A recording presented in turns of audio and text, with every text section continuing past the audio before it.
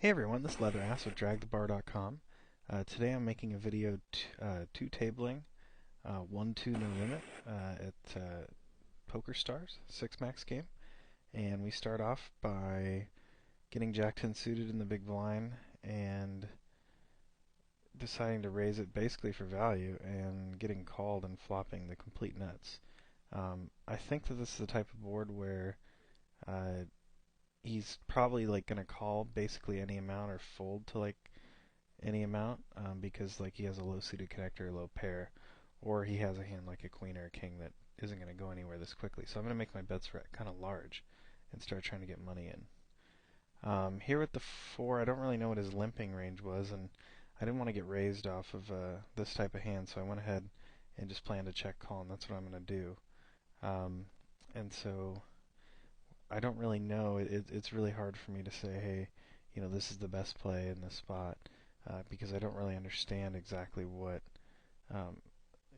this guy that I've never played a hand with before would limp in and pot the flop and then check back the turn. So I'm just going to basically have to play him based on the strength of my hand, and I felt that the strength of my hand was pretty good, all things considering, and we'll see. He ended up having a 6-8, so he limped in with a suited connector, hit a gut shot, and did not put in any more aggression after his initial flop bet. So that's definitely something to maybe note about his thought process. He wasn't trying to, he took his little stab and then he just hoped to improve.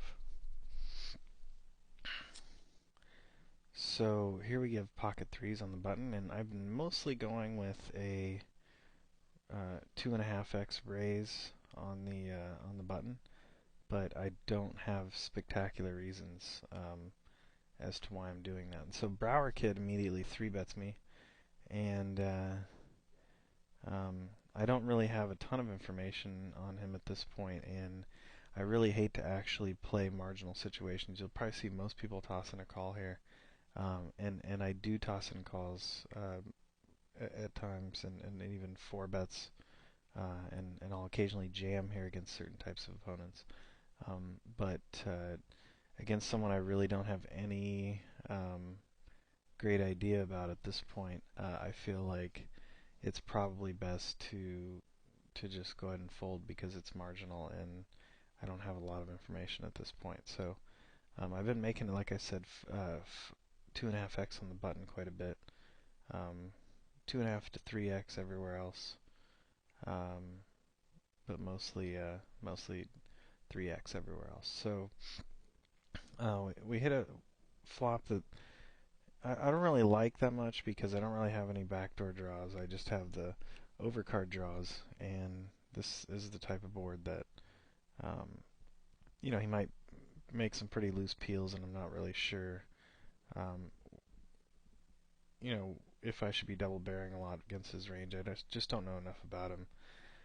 So that's the arguments for checking. However, I do think that he is most likely to fold all of his complete air, and I can improve at times to the best hand, and so I'm just going to go ahead and bet anyway, and luckily it works. It wasn't one where I really felt that I could go wrong either by checking or betting. Against some opponents, it can always be a check fold, and against some opponents it should always be a bet based on how they play. Opponents who are basically going to float you with any two overcards, any backdoor flush draw, any straight draw, any pair, sets, big hands too. While Ace King does well against that range, you're just gonna have a really difficult time out of position playing against that type of opponent profitably. It's just gonna be so hard to play that range correctly that he's floating you with, especially since it's likely that that same type of opponent would often float the turn as well, with a variety of hands, and it's going to be real difficult to understand if you can, when you should be firing third barrels, what his calling frequencies will be. All these things are mostly guesswork when you get people that play super loose. And so oftentimes, rather than getting in that sort of tangled web, I just avoid it and check fold the flop, and it's pretty hard for that to be a big mistake. In fact, it's impossible for it to be a big mistake. It could be a small error, but I guess sometimes I'm willing to make a small error um, than I am willing to risk making a bigger error just because I so badly want to pick up, the few blinds in the pot. Sometimes it's best just to, if it's kind of an important concept. If you do think that, um, even if it's something that you feel like you can improve in the future in your game, maybe you feel like currently your game doesn't really know how to play a certain spot very well, or as well as you think you'd like to play it. Sometimes it's best just to avoid it until you improve on it. In that particular spot, I've thought about it pretty deeply and feel pretty good about my decision there on when to be c-betting those types of boards, when to be barreling it. But um, certainly there probably is a better option than check folding against those types of opponents. Maybe we could be betting the flop and check raising the turn with some frequency. There might be a few more options out there, but it would be hard I think, to really find a great one. And so I think overall it's certainly not the end of the world to just be check folding a lot of times there. As for the sixes here, there are some guys who raise really wide here and then they come back over the top really wide because they get 3-bet a lot. And so against some opponents like that, I might just re-raise and then jam over a re-raise. But that's one option against very aggressive players. I'm just going to take the more standard line, I guess you could say, and just go ahead and call and play for set values slash occasional showdown values slash, I might find a good spot to bluff. And that's basically the intent of the hand, is those three things. This I don't think is a good spot to bluff at this point. We'll see what Lindy does. I was going to say on the flop it wasn't. On the turn there might be an opportunity if Lindy had checked. Benderin basically might call me on the turn a lot of times with like gut shots and stuff like that, but I'm going to be betting a lot of rivers and get him off, or even check calling a lot of rivers to pick off bluffs, and I feel like I could play his range pretty well if I were to bet there, just knowing when to bet the river, when to try and go for picking off bluffs.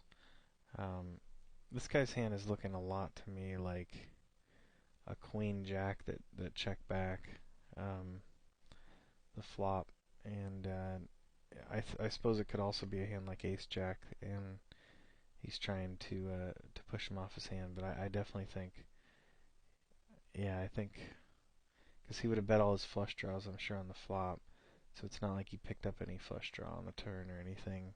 I think this hand is, I think it's occasionally pocket nines, but I think that he's also going to show up here with the complete nuts a lot too.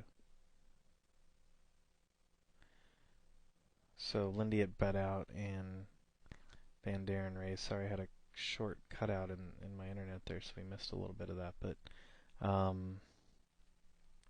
that definitely, I don't think that that's necessarily a super great spot for Van Daren to run a turn bluff and a river bluff with air there. So I'm going to go not too far out on a limb and say that he had pocket nines and queen jack. It makes the most sense. It's the only hands that would check back the flop that could make monsters on the turn, is pocket nines and queen jack. And if he made a good semi bluff, then good for him. He won the pot. But I don't think he did.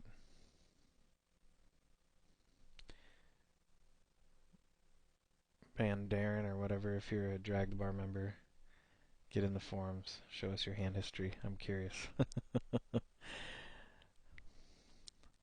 You never know these days. There's so many Drag the Bar members now. So site's growing like a weed. So it's you can find them everywhere.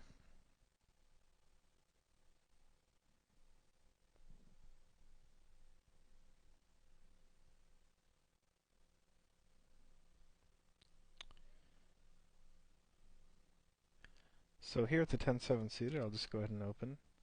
I'll open to $5 in the cutoff. Slightly loose open, but certainly not. Um, it's certainly a playable spot. And I don't think I need to bet big on this board. I think that he's basically going to call any amount or fold any amount.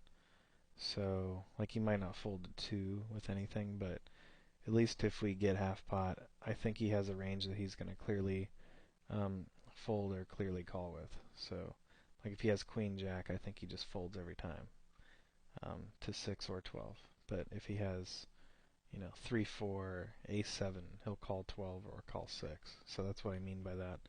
And in spots where you have essentially no equity when you're called, or a small sliver of equity, why not against a guy you think that will call any amount or fold to any amount? Why would you risk more? So, um, little things that you can do in poker to help your win rate out in the long run. Some people will, just bet 9 there and not think much about it. And, maybe that situation comes up every 1,000 hands or something, maybe even more often. And if you can save, the way I look at things is, like, let's say if you're a multi-tabling pro and you play 1,000,000 hands a year, and let's say that situation comes up, once every 500 hands, and you save $3. So every 1,000 hands you'd save $6. Every 10,000 hands you'd save $60. Every 100,000 hands you'd save $600.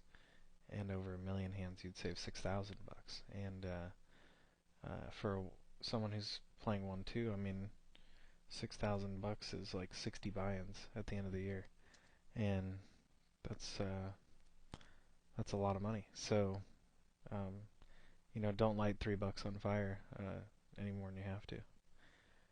I went ahead and raised the limper because I figured that the limper would just fold so much, and if not, my hand was decent enough. It plays okay post flop, and I can get it in comfortably with top pairs and stuff like that. Now that I get 3-bet, I don't really have